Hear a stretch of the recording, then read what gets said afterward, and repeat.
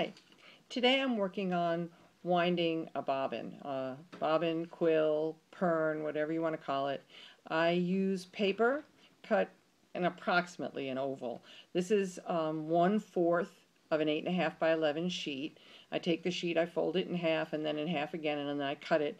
And I usually cut several at a time so that I don't have to stop and keep cutting. You take the piece of paper and starting at the edge, you're going to wind it onto the rod of the Swedish bobbin winder, or whatever kind of bobbin winder you have. You can use to just put the paper right on the edge like this. You're going to leave about an inch hanging down, and in that inch you're going to take and you're going to put the end of your yarn. So you have about an inch of your yarn tucked inside this piece of paper. And then you're going to go around, you're going to do this part manually. Make sure it's really firmly on there, and then start winding. Always wind in a clockwise direction. Go from one end to the other. Now, once you've gone all the way to the right and all the way to the left, when you go back down right or left, don't go over and don't go all the way up to that edge. You can come close, but don't go over it. And you want to keep tension on it all the time.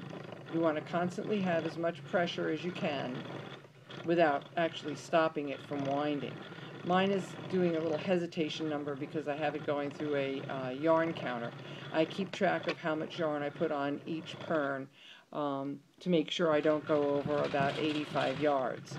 And that's about the most that I find it holds and is able to go through my slim Swedish shuttles.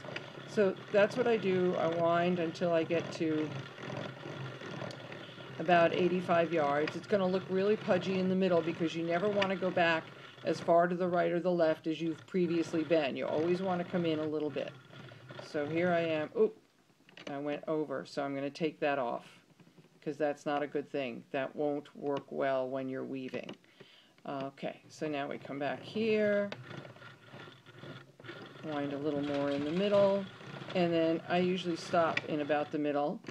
And I'm going to cut it. I leave about 6 or 7 inches, and then what I like to do so I can always find the end is I wrap it around and then I bring it through. So this is a little trick for leaving it, and then you can just have this end hanging off, so when you're ready to use this, all you have to do is yank on that and you're going to be right at the beginning of your yarn. And there it is. You have a lovely bobbin, as you can see from where it had fit in onto the shaft of this bobbin winder. It'll go very nicely onto any type of shuttle that you want to use. And that's it. How to wind a bobbin.